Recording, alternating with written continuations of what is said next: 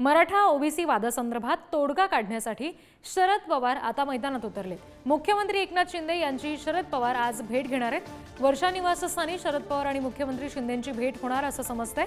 मराठा आणि ओबीसी आरक्षणासंदर्भात या भेटीमध्ये चर्चा होणार आहे। छगन भुजबळ यांच्या भेटीनंतर शरद पवार यांच्या या हालचाली सुरू झाल्याचं आपण सध्या बघतोय। आणखी तपशील घेऊया प्रतिनिधी ओम देशमुख यांच्याकडून।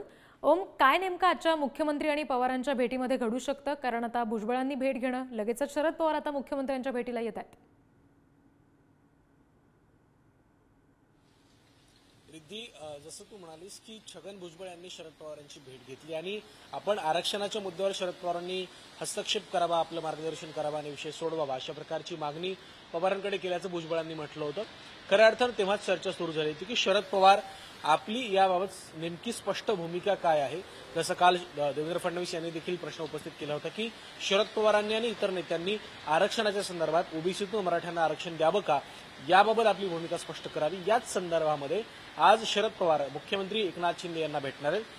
जी माहिती आपल्याला मिळाली त्यानुसार दुपारी 3:30 वाजता मुख्यमंत्र्यांचं शासकीय निवासस्थान असलेल्या वर्षा बंगल्यावरती ही बैठक होईल। या बैठकीमध्ये मराठा आरक्षणासारखे इतर मुद्दे असतील यावर चर्चा होऊ शकते। त्यासोबतच शरद पवारांनी लोकसभा निवडणुकीच्या नंतर बारामतीचा दौरा केला होता। त्यावेळेला बारामतीतील काही स्थानिक प्रश्न आहेत त्यावरून सुद्धा आपण शरद पवार मुख्यमंत्र्यांशी या भेटीमध्ये चर्चा करू शकतात असं सध्या तरी कळतंय। त्यामुळे या भेटीकडे सर्वांचं लक्ष लागलं आहे। प्रत्यक्ष होईल, त्यांची चर्चा नेमकी किती वेळ चालते हे पाहावं लागेल। याचे अपडेट्स तुमच्याकडून घेऊ। तूर्तास धन्यवाद।